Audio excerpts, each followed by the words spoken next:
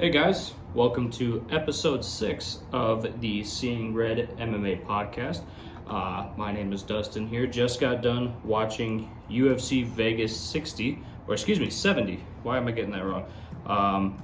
Slight bit of change in the main event there. Nikita Krylov pulled out with a illness the day of the fight there, so he did not fight Ryan Spann, and instead, for our main event, we got Brendan Allen versus Andre Muniz in a 3-round main event, which I wasn't too mad at because it's still a high-level fight, but I just really wanted to see Nikita and Ryan Spann, so that did kind of suck. But still a decent fight card that we got to watch there if you did tune in. A lot of good stuff that happened there, so I'm gonna get my notes pulled up right here and then we can dive right in. But let me fix this real quick. There we go. All right. So yeah, it was a good night of fights there. Total of 10 fights on the card. So nothing too crazy. But there was some really good finishes on the card here. I just have to get this pulled up so I can take a look at what I had written down in my notes here for what happened.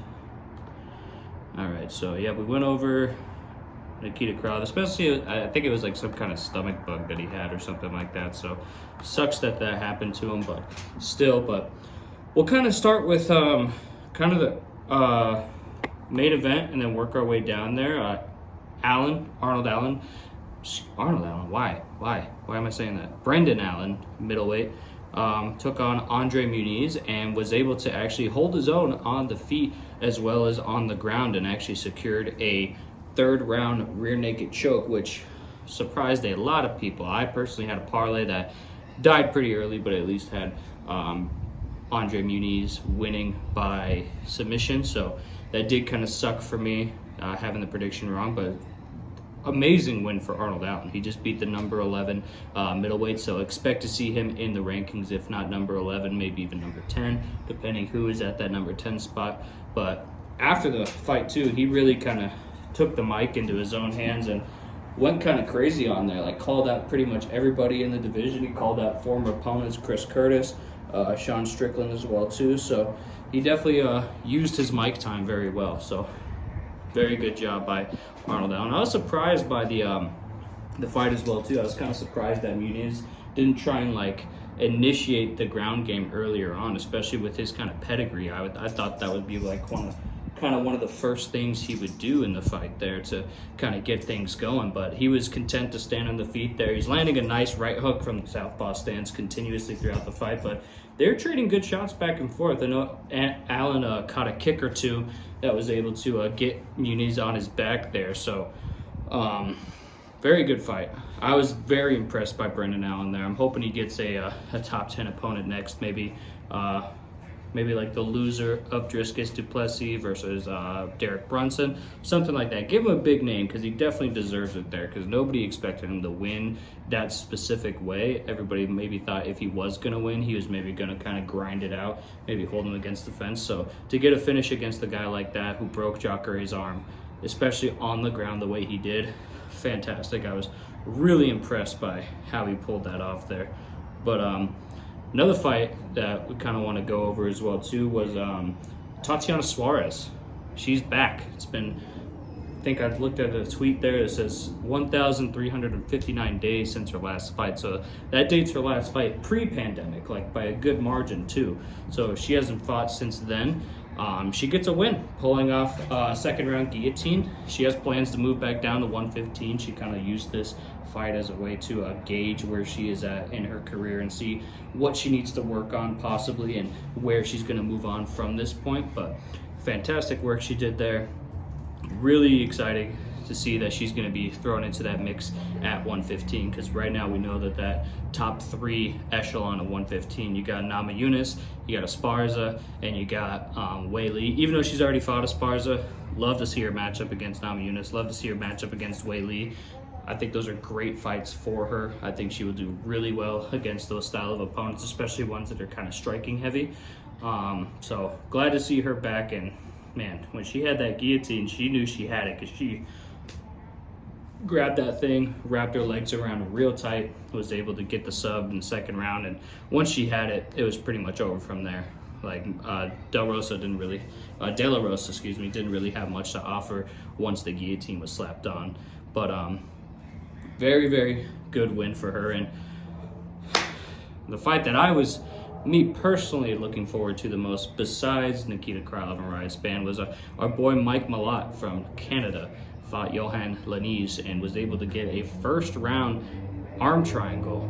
So that makes it 2 wins in the UFC, both stoppages, back-to-back finishes to start his UFC career.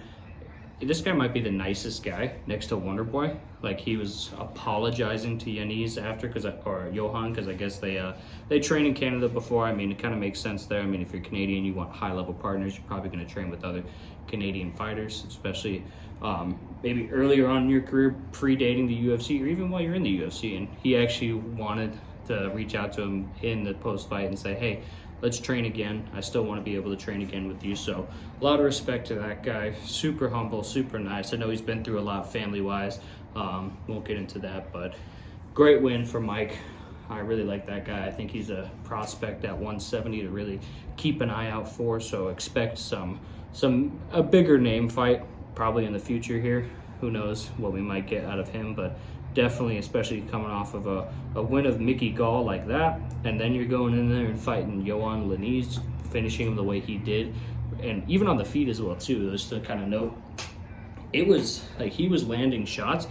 I gotta look at like the strike count and see exactly how many strikes Muniz landed, if he did land any, because watching it, like, he was smooth. He was able to get out of the way, kick, slip punches in a clean way to where he wasn't really in danger the majority of that first round, which is when the fight ended anyway. So good win for him, that's for sure. But man, you heard me talk about this guy on the last episode, if you did watch the last episode. But Trevor Peek, man, what a character that guy is. Dude from the Alabama Slammer, as I like to call him, wins in a first round TKO. The power was just too much for Gonzalez, man. He was hitting him on the feet there, and man, Peek throws everything with 100% power. He was throwing punches, leg kicks, even 100% power, which you don't really see as much, but it was really putting him off balance early in that fight as well too, and Gonzalez was able to kind of capitalize on the grappling exchanges there a little bit, but at least Peek was able to get back up to his feet and utilize his just absurd aggression to kind of get the win there.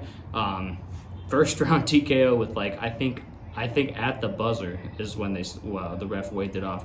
He was throwing standing hammer fists. He had him up against the fence and was like, as if he was nailing something in with a hammer, just bah, bah, right against the side of the dude's head. And it was just crazy to watch. And post-fight speech was cool as well too. I mean, he was talking to Bruce Buffer. He's like, I'm such a big fan of you. And what a way to get your first win in the UFC, and also hearing, if you're a fan of Bruce Buffer, hearing him say your name as the winner, that's got to feel really good. So that was really nice to watch Peek win like that.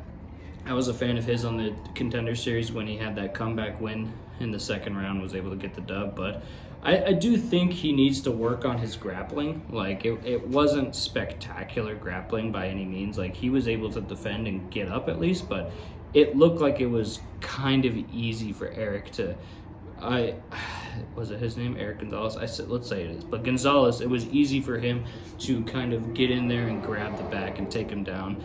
Wasn't really much of a challenge for him from what I saw. So I think that is something that people might try and expose or exploit later on in his career. So probably needs to work on that a little bit more as well. But another guy that man, this was a fun one. Jordan Levitt bounces back after this Paddy loss, so wins his first ever TKO victory. Knees against the fence in the first round.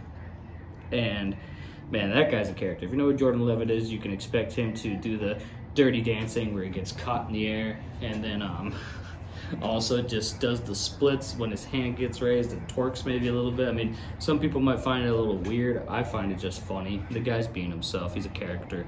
Let him be who he wants to be. I don't know why it has to matter, but yeah, that guy's really fun to watch. I really like Jordan Levitt, especially if watching the Contender Series. That's where he made his mark, knocking out Matt Wyman later on with the slam as well too. And I mean, his Paddy fight, I mean, it's Paddy Pimblett, so I mean, two grapplers going at it. You're kind of fighting fire with fire there, so nothing to be ashamed of there. But yeah, man, that was a good fight as well too. And he actually he said he called out the British fan base. I guess he doesn't really like the British because he said they were screaming and yelling at him while he was walking in the cage to fight Paddy. Which, I mean, you're fighting in his backyard. Expect to get that. So I don't know why he was so pressed about that or salty, but he called them a bunch of degenerates for drinking at 9 a.m. But then he also follows it up. He's like, I'm from Vegas. I mean, we get shit-faced too, but at the same time, though, like, man, those people are wild.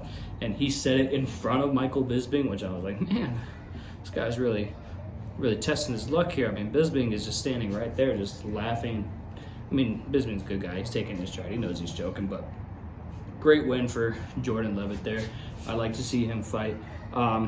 Maybe like a Jim Miller, honestly. I think that would be a good fight for him, especially the timelines matchups. And Jim Miller just fought last week, and you got Levitt just fighting this weekend too. So I think the timelines match up pretty well. I think that's a good stylistic fight. And I know Jim Miller's probably a better striker as well too. So I think he would be able to test him on the feet a lot better. But moving on from there, kind of briefly go over this next one. It wasn't really too much to write home about, but it was a good fight. It was a high-paced fight. It was Osborne versus Johnson there. Johnson actually kicked Osborne in the nuts. Oh shit! Whoops, that wasn't good. But Osborne actually kicked Johnson in the nuts, and I think this is the first fighter ever to take the full 5 minutes from taking a nut shot. Which, when I heard that, I was like, really? He's the first one? Like, out of all the fights we've had, he's the first one to take the full 5 minutes, specifically from a nut shot. Not saying from like an eye poke or something like that or anything else, but specifically for a nut shot, he's the first person in the UFC to take the full 5 minutes. So kind of cool, I guess, if you kind of look at it as a history standpoint, but good fight as well too. There's kind of going back and forth. I was going into the third round, thought it was pretty even, and then Osborne kind of just was more aggressive. Johnson kind of slowed down there a little bit. So yeah, definitely Osborne did deserve the win, even though I had Johnson on my parlay. Kind of the next fight that I'm seeing here is Joe Selecki gets the back of Deaton and puts him to sleep with 7 seconds left in the first round. And if you watch that fight, you'll go back and watch it, and man, Selecki, as soon as he had his back in the first round, he had his back standing against the cage, leaning against it. Man, he was on him from pretty much bell to bell. Like, maybe a minute in, got his back, but then once he had his back, he really kind of just stayed there the whole entire time. So Joe Selecki really did kind of prove that he is levels above Deaton as far as the ground game goes, because, I mean, once he had that position, all Deaton could do was really defend, which, give him credit for how good Selecki is on the ground. Deaton did defend pretty well, so hats off to him in that department. But yeah, I mean, with like the clapper hits in the end of the second round there, 10 seconds left, and you can kind of see Deaton fade away into the land of wind and ghosts, as Brian Campbell likes to quote. But yeah, he got hit with that rear naked choke, went to sleep with 7 seconds left. So really good win for Selecki. I think he really needed that win to kind of stand out as well too. But the fight that kind of grabbed my attention the most, just out of curiosity and just kind of like, what a weird fight that happened there, that was just really kind of strange in my opinion, was Alves versus Aliv. Alves, in the first round, Aliv took him down immediately.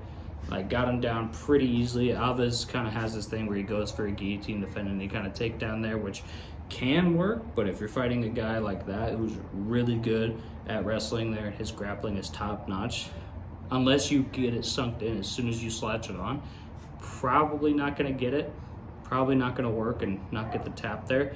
But that was the fight to start my parlay. So once Alves lost that fight, just to a majority decision. But the weird thing about that fight was that Alves went to, I guess it's kind of both of their faults there, because Alves kind of went to put his hand under Aliv's chin while he's on his back and guard. He kind of reached over and put his hand on Aliv's chin, and I guess a finger slipped in Aliv's mouth, and then Aliv apparently bit down on his finger there, which, I mean, don't bite, obviously, don't bite, but at the same time, why is your finger in his mouth? It's kind of a weird one. Like, did he fish hook? Did he bite him to get out of the fish hook? Like, I've never really seen something like that happen before. I mean, the last person I think to bite someone was maybe like Tyson. Probably not, but that's the only one I can think of. But yeah, I mean, really strange. I don't think I've ever seen anything like that where a guy accidentally fish hooks someone. The guy bites down. Maybe he was just like adjusting and kind of went like lightly, but enough, I guess, to leave a mark on his finger there, because Mark Smith saw his finger because Alves was complaining and kept pointing at it and goes, oh yeah, there's a bite mark there. And there was kind of some confusion going on in the cage because Mark Smith had to call in the ringside doctor and kind of explain what's going on. Mark also out loud, you could hear him through the cameras there at home on TV. If you watch it on TV there, you could hear him out loud say, oh, no, I saw a mark on his finger there. And as soon as the doctor was like, okay, then you saw Mark Smith goes, all right, I'm taking a point. Walk straight over to Aleve and take a point away. So that first round ended up being a 9-9. Second round, Aleve goes out there, gets the takedown again, pretty much dominates that round as well too. So now you got 19-18 as the scorecard. And then going into the third round, Aleve wins again. So I had it 29-27 going into the third round, or at the end of the third round there. So majority decision basically for Aleve. I don't know what judge gave it to Alves though. That's kind of weird. Maybe the guillotine that he had on there in the third round holds some sort of merit, but not really. Not when the guy's been dominating you the entire fight. So my parlay, if you listen to me as far as my picks goes, I apologize. I probably lost you some money, but hopefully you didn't bet anything that's going to put you in debt. I personally only bet like $5 a card if I'm going to bet. So like it's nothing that I'm going to be devastated if I lose or anything like that. It's just kind of like, I guess I won't have a Starbucks coffee, or I guess I won't get the fucking McDouble or whatever. So I mean, nothing crazy. I mean, if I would have won $100, but Alves was on my parlay, Johnson was on my parlay, Mike Malott was on my parlay, and then Muniz was on my parlay. So the only fighter that actually won me on the parlay was Mike Malott, so I was 1 for 4. Not great at all. So hopefully, oh man, I don't know. I guess I gotta start watching more Jack Slack or something to get my picks back up, because man, I'm on a losing streak. So I might say my picks in future episodes and everything like that. I might give you my parlays that I currently have. Don't listen to me. This is a PSA to all those sports bettors out there. If you're planning on betting, don't listen to me right now. As soon as I start winning a couple of parlays, then I'll probably be like, hey, maybe you can start betting with me now, maybe use my picks. But as of right now, I'm on a skid. I'm on a bad skid right now, so don't use my parlays. They're not doing great. But yeah, man, I mean, just kind of back to the main event as well too. That was supposed to happen, not the Allen versus Muniz. That was a great fight, but man, I was so looking forward to Krylov versus Spann, especially since the light heavyweight division is in such limbo, with Jamal Hill claiming the belt, Glover retiring, Ankalaev and Yan going to a straw. Rakic has been recovering from that injury in the Yan fight, so either one of those guys have an emphatic win. I mean, you even got Anthony Smith in there, that a guy that Spann has fought before. But there's just a lot of moving parts in the light heavyweight division, and that would have been such a fun fight to watch, to kind of predict who's going to fight who next. Because I mean, I would love to see Ryan Spann kind of move up the ladder there, because if it does end up working out, I know we're talking way down the line there, so nothing in the immediate future, unless he goes on a crazy winning streak and wins like the next couple fights emphatically within like a couple months span, which is not going to happen. I mean, especially if they have to get this one rescheduled and it's still Krylov or Spann. But man, I would love to see Ryan Spann and Jamal Hill. That would be so much fun to watch. Man, both those guys, I kind of see them as not necessarily similar styles, but similar kind of fighters there. I mean, Ryan Spann's kind of more flat-footed. I would say maybe hits a little bit harder, but Jamal Hill is a lot more active, has a lot more versatile strikes, so that would have been a really fun fight to watch.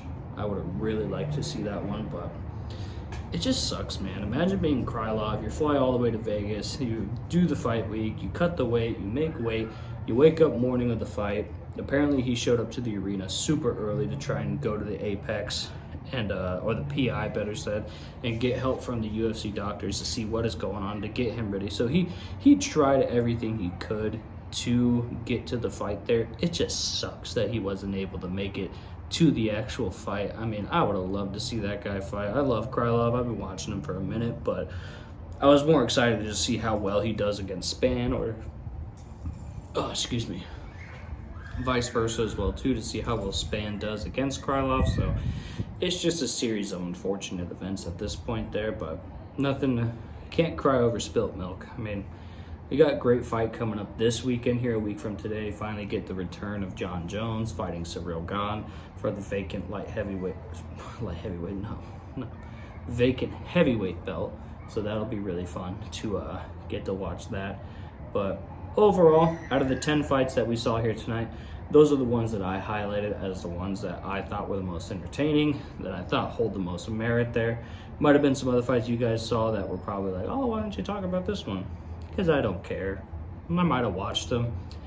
They weren't good enough for me to go, oh, this fight was great. So the fights that I talked about here are the fights that really kind of stood out to me. But yeah, just it's really just exciting though that Brendan Allen won the way he did. I mean, even though, if my parlay was still alive by the time that fight happened, I probably would be more salty. But my parlay died off on the first fight of the night, so yeah, that sucks. But either way, now that my parlay, it's kind of like a double-edged sword there. You want to win money, but at the same time though, if your parlay is gonna die, have it die early, just so you don't go the whole rest of the night just being like, oh, I'm gonna win, just for it to lose at the very last fight, because that's never fun. It's never fun to go 4 or 3-1 and then the one loss on your parlay is the main event, and then you're like, damn. Then the rest of your night's kind of shitty. I've had that happen before where I've gotten closer. There was like a comeback or an upset that lost me a parlay, and I'm like, yeah, that's a great card. Yay. Ooh. And then I'm sitting there all sad. So still, just really big win for Allen. He called out Sean Strickland, Chris Curtis, called out Hermanson, called out Duplessis. Like I said, Duplessis versus Brunson. Whoever loses that fight, I think that's a really good fight for Allen. But I know that those guys are kind of in the top. They're in the top 10 there. I know he would be 11-10 sitting there, depending on where they want to rank Allen, especially after this win. But man, it's just such a crazy way to go out there and beat a guy, especially like that. So kudos to him. Really good fight for him. He even held his own pretty much everywhere. And even when the fight kind of first started, after the first round, I was like, competitive. I thought Muniz was kind of going to blow through him there. So the fact that he was able to hang on the way he did and actually get the win in that emphatic fashion, really cool. Really cool to see as well, too, because I've even seen Brendan Allen fight in LFA. And if you're watching this and you didn't know, I used to kickbox and whatnot. And at my gym, it was an MMA gym that did kickboxing, jiu-jitsu, kind of everything, and then had an MMA class. The head coach of the MMA class was a guy named Daniel Madrid, who was actually scheduled to fight Brendan Allen. So when I heard he got scheduled to fight in the LFA for when Brendan had the LFA belt, I was like, oh, let me look into this guy. So I've seen a couple of his fights pre-UFC, and then once he got into the UFC, I was like, oh, well, let's see how he did. Let's see how he does. And he's doing pretty well for himself. I mean, LFA is like a conveyor belt to the UFC. There's tons of guys that have been in the LFA that have gone on to do great things in the UFC, so really good proving ground for the sport. But yeah, overall, like I said, overall names to keep an eye out for: Brendan Allen, Tatiana Suarez, Mike Malott, Trevor Peek. Yeah, I think it's Trevor Peek. But either way, Peek, Jordan Levitt, Joe Solecki, and Alif. Yeah, and he's really new. I think he's 8-0 now after that win against Alves, and especially, hate me if you want. This is just my personal opinion. Can we stop signing all these Dagestani wrestlers? I know he's not from Dagestan. Maybe he's from Tajikistan or whatever the case is, but man, those countries that are just heavy in the wrestling, like, guys, I know this is a sport, may the best man win, but as far as entertainment goes, can we not? Can we kind of like chill out with signing these Russian guys who have just been steamrolling everybody? Can we not? I want to see some strikers at the top of the division, which we do. I mean, especially at lightweight, you got your Poiriers, got your Gaethjes, got your Fizieves. I just want to have a couple of champions, more than a handful, that are pure strikers. I know we got Pereira and Adesanya coming up here soon, but like you got Aljamain, who I know he's not Russian but wrestler. You got Aljamain, you got Islam, you got Ankalaev, who's probably gonna end up holding the belt at some point. And even like women's division's not so much, but there are some fighters that are coming up that are kind of wrestling based, like Tatiana Suarez. But as of right now, not really as much. Sorry, my girlfriend's staring at me. I had to do this outside just because we're doing laundry and doing dishes and whatnot. It's really loud in there, so she's staring at me through the window. Hi, babe. But yeah, I want to watch entertaining stuff. So I know he won, but it was impressive just because of how young he is, but didn't blow my hair back. I just want exciting fights. I'm a fan of the sport, but at the same time, I'm a fucking meathead. And I want to watch guys stand and bang. Fucking just bleed, bro. Like, I'm that guy, unfortunately. As much as I want to be the pretentious MMA douchebag who's like, no, if you're going to win at all means. Yeah, I get it, but I also want to have a good time while I'm crushing Bud Light Platinums, watching a UFC fight night on Saturday with nothing else to do. And as soon as the card is over, I'm going to do this and then probably hop on Call of Duty. Like, I'm not sitting there going, let me read the Oxford Dictionary or some shit after the fight. Like, fuck you. It's cage fighting at the end of the day. We want to see exciting stuff. That's why the guys that get the finishes get the bonuses. Like, that's what it's all about. But, did not mean to kick the table. Oops. But, at the end of the day, though, pretty decent card. I know that those are the fights I looked at before going into it that kind of stood out. A couple other fighters on there like Selecki and Jordan Levitt that I didn't really talk about as much, that I was kind of interested in thinking how they were going to do in these fights. But pretty good fight night. I'm just excited that we finally get the return of John Jones coming this Saturday. It's been a long time coming. I'll definitely get a video out for that one, probably the Friday before. I have that Friday off, so I'll be able to get something out the day before and really kind of dive into that one, because that one's exciting. I'm very excited about that one. But other than that, you guys have a great night. Remember, if you like watching the videos, and like I've always say, I'm gonna keep doing these no matter if I got 1 person, 1,000, 100, whatever. Don't care. I'm gonna keep doing these because I enjoy doing it. So make sure to like and subscribe if you do enjoy the content here and you like the format and everything like that. I know typically I'm inside with the TV on in the background, but like I said, outside on my patio, so just kind of doing it out here just for tonight. But yeah, I mean, that's all I gotta say. Like and subscribe. Follow me on Twitter at Seeing Red MMA. That's at Seeing Red MMA. But yeah, till next Friday, or this coming Friday, better said. Till then, I'll be back. All right, guys. Peace.